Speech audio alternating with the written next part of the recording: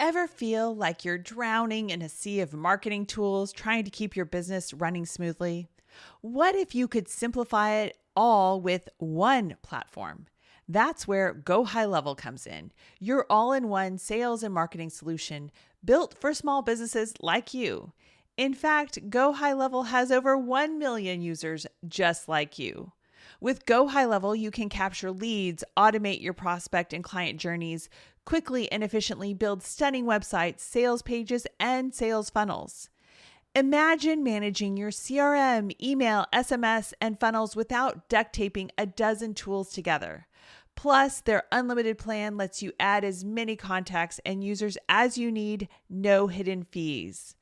We've been using Go High Level for over a year now and absolutely love it. In fact, Profit First Nation is also powered by Go High Level. Ready to level up?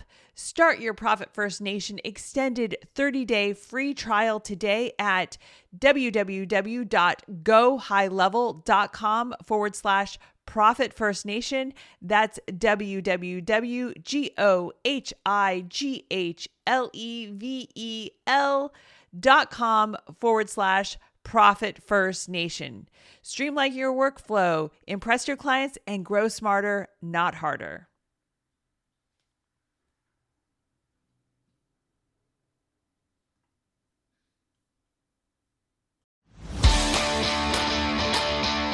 Hello, my entrepreneurial friends. Profit First Nation is 3 years old, and we have some exciting updates associated with today's episode.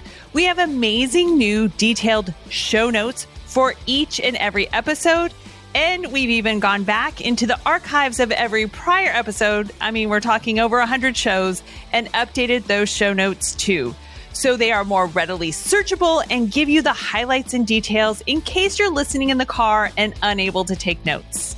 And now, let's kick off today's episode.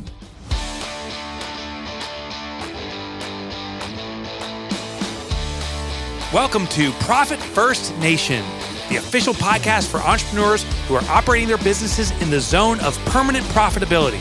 I'm Mike Michalowicz, the author of Profit First, and now, here is your Profit First Nation guide, Danielle Mulvey.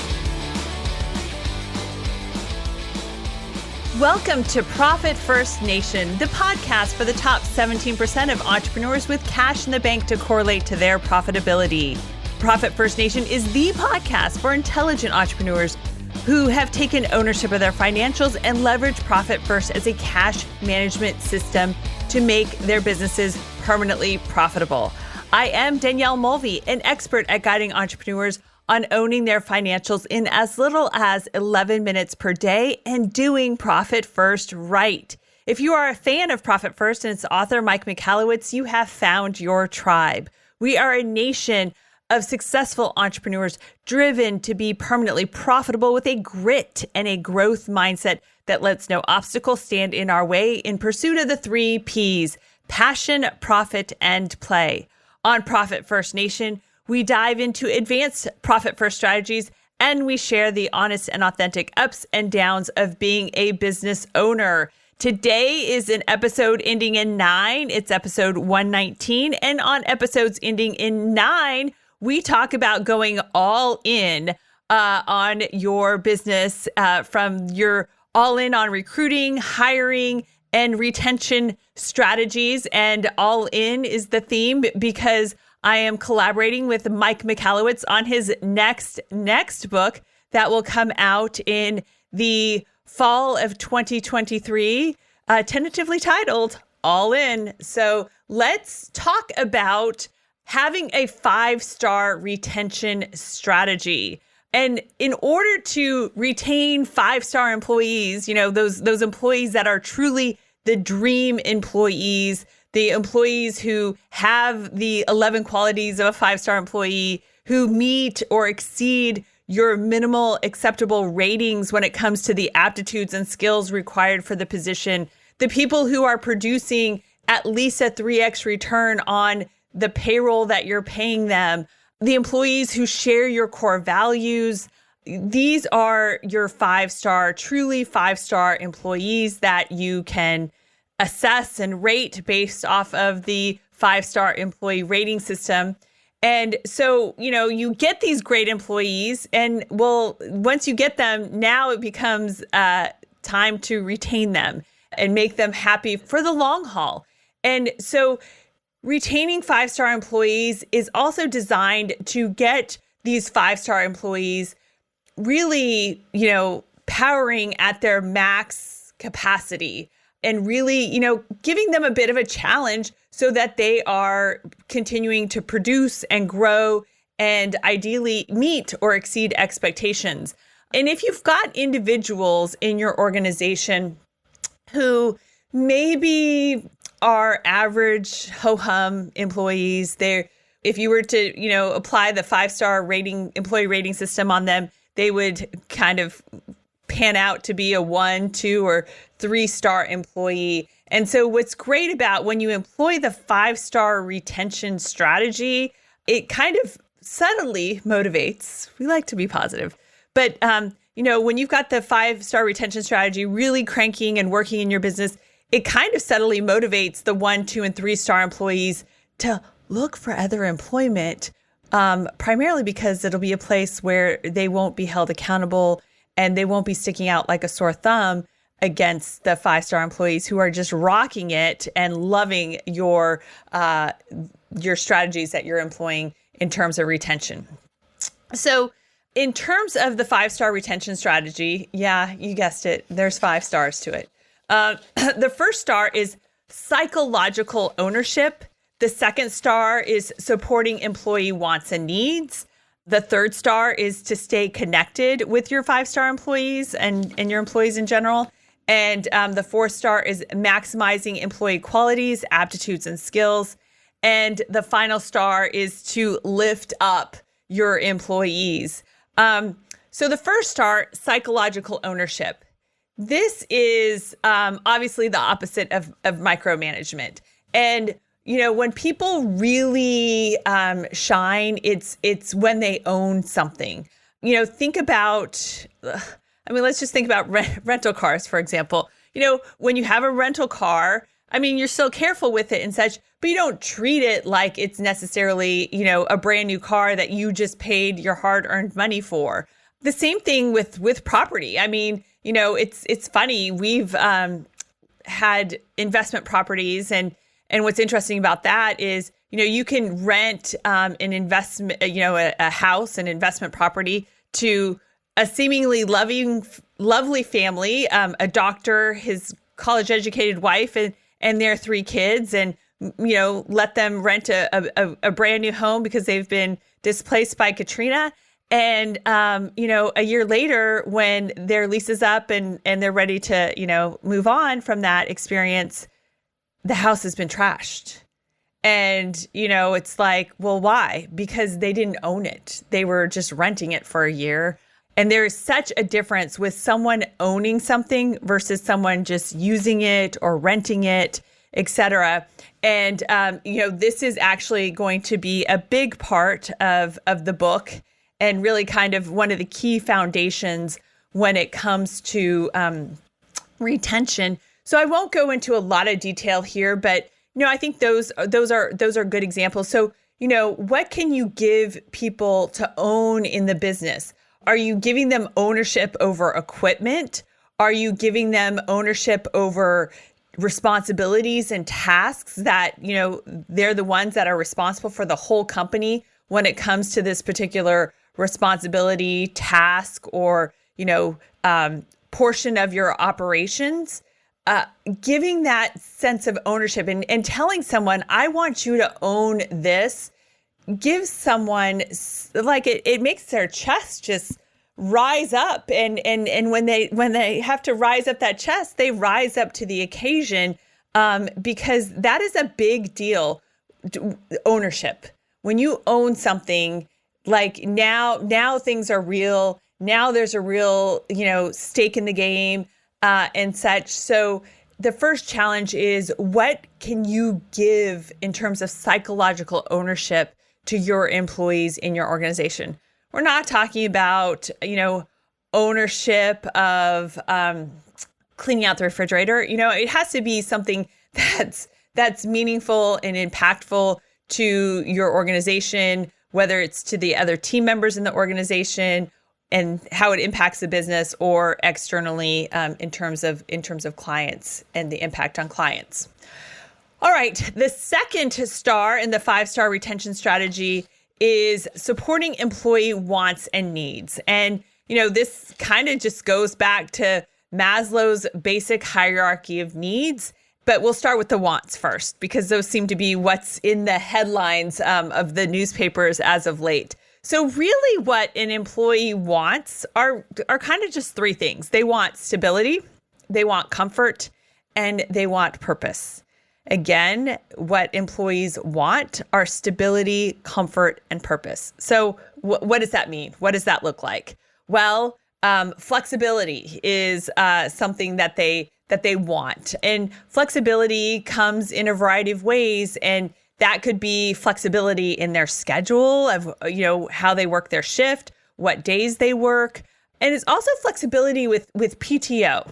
And when we talk about all in, when you go all in, and the level that you go all in on your employees is about the level that you can expect your employees coming back and going all in on you. So, when it comes to vacation and PTO, I mean, if you're rocking it in your business and you've got 5-star employees and your clients are happy and your employees are producing a 3x or a 4x return on payroll, then, if you take a 4-week vacation, there's no reason why your employees should be limited to a 2-week vacation. It's really important, I believe, that, what's good for the goose is good for the gander. And so, flexibility with PTO and scheduled time off. I mean, when someone takes like really quality PTO, and I mean, that's been a struggle over the last couple of years because there was kind of like most places were not fun to go to or a lot of hoops to jump through during COVID. But, everyone needs some quality PTO. And the thing about quality PTO is when you take that time off, and when employees take that time off, I mean, they come back re-energized, re-excited. And so flexibility on someone's schedule or their PTO is a great thing to leverage in terms of meeting employee wants. Another thing is performance feedback. And, this all ties into what they want: stability, comfort, and purpose. And giving people performance feedback on a consistent basis. And, honestly, that performance feedback could be like, the formal review and such on an annual basis, but you're always wanting to give some sort of feedback. And, that just solidifies that, okay, I'm doing it. There's no question. My boss told me I'm doing a great job and he's giving me these areas of improvement. But, I know exactly that I'm meeting or exceeding expectations on X, Y, and Z. And so that gives someone, definitely meeting their needs of stability, comfort, and purpose. Some other things around meeting employees' wants would be making sure that you have ongoing salary alignment to the market. So, you just have to be cognizant and schedule it and, make a promise to yourself and make a promise to your employees and follow through on that promise that, you are going to assess what's going on and such in the marketplace so that, you don't lose an employee because you've forgotten to, give some sort of cost of living adjustment or some sort of merit increase over the years because, unfortunately, things tend to get more expensive over time. Now, when it comes to, merit increases and such, it does have to be merit-based, and you want to be reasonable with things. And I'm going to be honest, like we're doing that with our claims processing team right now, their merit reviews. And, one employee just barely missed getting a merit increase, and it was really coming down and due to attendance. And, it killed me when I reviewed the supervisor's recommendations and notes on it, because that means he's not a 5-star employee, but he had a bit of a rough go. And I'll tell you this, his attendance has been great over the last 4 months, but this supervisor was very objective in the review of, their prior year's attendance. And, while the individual has made improvements upon their attendance factor over the last several months, that, prior in the last 12 months is what really kind of harmed them on that. All right. And then finally, in terms of wants, you've got the workplace and environment. I mean, people want to work in a place that is beautiful. I mean, clean and just free of clutter. That just is a nice place to show up. And so I challenge you to make sure that you are offering a great environment to your employees. And if you have a remote staff, what can you do to enhance the environment of your employees working from home? And let me tell you this, one thing that we've done with our claims exam teams who work from home now, we've permanently closed our office and will continue to just work remote for the foreseeable future. But, one thing that we provided them was a green screen that attached to the back of their chairs so that, when they roll up to their desk, they don't have to worry about cleaning what's behind them and making sure everything looks good. They just have to pop open that green screen, put it on the chair, takes less than 15 seconds. And they're not having to stress out about, I got to clean up. I got to make sure everything's fine and perfect and dandy and this, that, the other. And then we've also provided them with a virtual background that they can just pop in and it's branded and it just looks nice and clean and simple. And, it's very team oriented. So those are some things in terms of wants. When it comes to needs, this is Maslow's hierarchy. They need self-actualization. They need esteem, they need belongingness, they need safety, and they have they have physiological needs as well. So then the third star in the 5-star retention strategy is staying connected. And this is your job. When you have 10 or more employees, $1 million or more in real revenue, this is your opportunity to be focusing on your people and staying connected with them so that you can profitably scale the business. You should have already clockworked your business. You should have already implemented Profit First. You should have already done your pumpkin planning. And so now is that level where, it's important that you're focused on your employees. And again, like your role now is to go all in on your employees. And the level that you go all in on them is the level they'll go all in on you. And so you don't need to be competing with them. You shouldn't be doing the jobs in the business that you've hired people to do. So by staying connected, what do we mean? That means having continued core value alignment. That's the first star in the 5-star employee rating system is alignment of core values. So you need to be cognizant and make sure that, all of that is continuing to be aligned. You're talking about your core values. You're using your core values every day in your business in a variety of ways. And, everyone is dreaming about it in their sleep or mumbling your core values because you are, continuing to make sure that everyone is aligned with your core values. Another way to stay connected is to master the daily huddles. And when I say master the daily huddles, it's an art. And it takes some time and it takes some discipline, and just don't give up on it. Get it to the point where you have truly mastered your daily huddles. And that is a great short five, definitely less than 10 minute, just daily check-in. One of the secrets to that is making sure that daily huddle, everyone's standing. That tends to keep the meeting moving and not let people just get too chatty and such. So that's a great way. You're just going around, starting with a celebration for the team, and then, going and finding out, okay, here are the 3 things I did yesterday. Here are the 3 things I'm going to do today. And just, make sure that you're scribing it so that you've got a record of it. And that also helps with performance reviews, et cetera. But it's quick, it's short, and it's the 3 things I did yesterday, the 3 things I'm going to do today.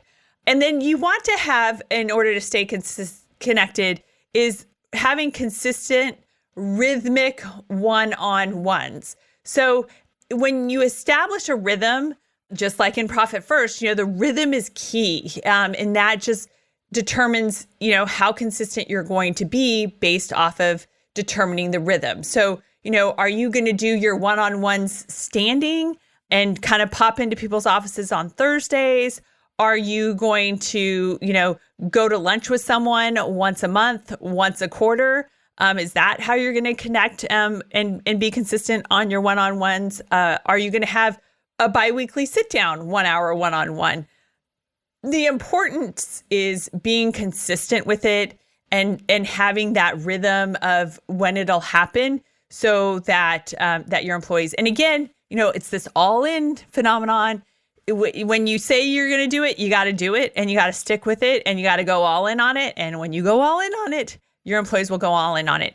I know that this is uncomfortable for business owners, but your employees, you're almost like a celebrity to them. Like, they hold you in such high esteem. They do recognize the sacrifices that you make, the risk that you live with owning a business and having employees. And so when you give them some one-on-one attention, it is a big, big deal. So don't be embarrassed by it and don't discount it. Leverage it. Go all in on having consistent, rhythmic one-on-ones with your employees, and just determine what that rhythm is going to be. Start slow, start casually, and, really get it figured out. In some of my organizations, with my claims examiners, we touch base once a quarter, one-on-one. And for my other businesses, one business we're touching base weekly, and it's a standing, just quick one-on-one. And then in other businesses, and depending upon people's roles, it might be, in every other week, one-on-one over Zoom, really going in depth for like 45 minutes to an hour. And, you kind of want to get personal on that stuff too, and just kind of know what's going on in their life. It doesn't have to be all work all the time. That one-on-one connection should involve some personal sharing of information. The other way to stay connected is to do team lunches and events. I was just reviewing one of our cohort members of our all-in programs recruitment website, and I was like, oh my gosh, this is amazing. They had so many pictures on their website of team events and lunches and them on a bus and them at a winery and lots of fun stuff. And I was wildly impressed because I have not, we do these things, but I am not intentional about capturing it on film or with a camera. So you want to have team lunches and events. We have our favorite restaurants. We do things virtually as well.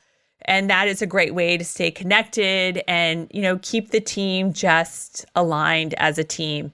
Another way to stay connected is doing employee engagement surveys. So for our organizations, we do those anonymously, and we do that on an annual basis.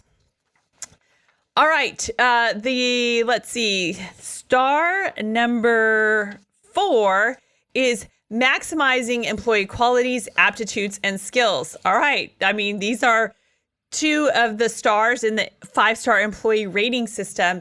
And so, you want to make sure that people are meeting expectations or exceeding expectations, or, you're raising the bar on expectations for the 11 qualities, the aptitudes, and the applicable skills for a role. And ways to maximize this is to provide ongoing training, to offer some sort of mentoring or networking or peer groups. I have people in my organization who are members of masterminds and such, where they are, working with peers in their, not necessarily in the same industry, but, at the same kind of level, the same kind of position, but different industries and such. Again, networking and having masterminds and peer groups. Educational opportunities are also great. I have employees who, are in programs where they're learning to improve or learn new skills. I've got someone who is working on a coaching certification, which is really exciting because this person is going to make a great coach. And, by providing this educational opportunity, is just going to give them a little bit more objective confidence than me telling them that they can do it. And then, again, a way to maximize their qualities, aptitudes, and skills is, having a book club or within your company, or just sharing interesting news and articles, whether it be industry or just something of interest, something unique with your team or individual employees. And the final star is lifting up. I mean, really, when you're at this stage with 10 or more employees, $1 million or more in real revenue, and you're looking to profitably scale your business, your role is not as a worker bee. Your role is, I think, really kind of cheerleader-ish. And so you really need to be making sure that everyone's state is at a peak elevated point. And the daily huddle, doing that very close to the start of the day is a great way to make sure that you're elevating and getting everyone in a great state. So in one organization, our daily huddle that I'm involved in is at 8:03, and in another organization, it is at 10 minutes to 9. And, it's fun. It's like, whatever, someone's kind of ambling in, whatever. But by starting your daily huddle with a celebration, I mean, that's automatically elevating the state of everyone because you're starting the day with like, oh, woohoo, a great celebration. Other ways to lift up is just in your culture of your organization. And again, it's focusing on state and elevating state, making things fun, making things exciting. Another way to lift up is to celebrate. So I mentioned, you're wanting to do celebrations with your daily huddle, starting with that celebration, but celebrate events. I mean, we celebrated St. Patrick's Day with 5 minutes of fun with our teams and just had fun. We celebrate birthdays, we celebrate just random things, but it's just fun. So find opportunities to celebrate. Lift up by shouting out people. Again, the daily huddle is such a great channel for this as well. In our daily huddles, team members have the opportunity to shout out other team members. And, when they're saying, oh, here are the 3 things I did yesterday. Here are the 3 things I'm going to do today. Oh, and by the way, I want to give a shout out to Jameson. She totally got this order entered and made the deadline. And the client basically was super late getting to us, but she got it in right away. And it was amazing. And the items were able to be delivered the next day. So shout out to Jameson. That's just awesome public recognition. We track the shout outs on our daily huddle sheet. And so whoever has the most shout outs at the end of the week gets to spin the wheel for a fabulous prize. So it makes it even more fun. And then just good old appreciation, handwritten note cards, a thank you, a forwarding of an email from a delighted client, saying, wow, Michelle, you totally made this happen. Thank you so much. But appreciation is definitely just so needed with your employees and makes such a big difference. And I was telling someone the other day, obviously we don't have the Indianapolis office anymore, but it was kind of humbling that when I would visit people, like handwritten notes that I had written them on our just like company stationery note cards that we made. But they had hung those in their cubicles and such, and they kept it. They looked at it. They saw it every day, and so that obviously goes a long way. All right. So, really what this comes down to is you succeed or die by your people. So you've got to put your people first, and you've got to hire right, and you have to transition out the individuals who are bringing down the organization or bringing you down and just not producing that 3x return on payroll or not demonstrating the 11 qualities of a 5-star employee and all of those things. So if you've got interest in our programming and what we're doing, we are previewing content for the next book. We have accelerator programs and cohorts, etc. You can check us out at 5staremployees.com. If you are looking to work with a certified Profit First professional accountant, bookkeeper, or coach, and you're looking to work with someone who is also Pumpkin Plan certified, then go to profitfirstnation.com and click on Contact, where you can connect with a Profit First professional. And we do have a visual recap for this episode under resources at our website, Profit First Nation, where you can also subscribe via text or email and get each weekly resource when a new episode drops. Thank you so much, and cheers to another profitable day, my entrepreneurial friend. Profit First Nation website, related podcasts, and resources are provided for general information purposes only and do not constitute accounting, legal, tax, or other professional advice. Visitors should not act upon the content or information found here without first seeking appropriate advice from an accountant, financial planner, lawyer, or other professional.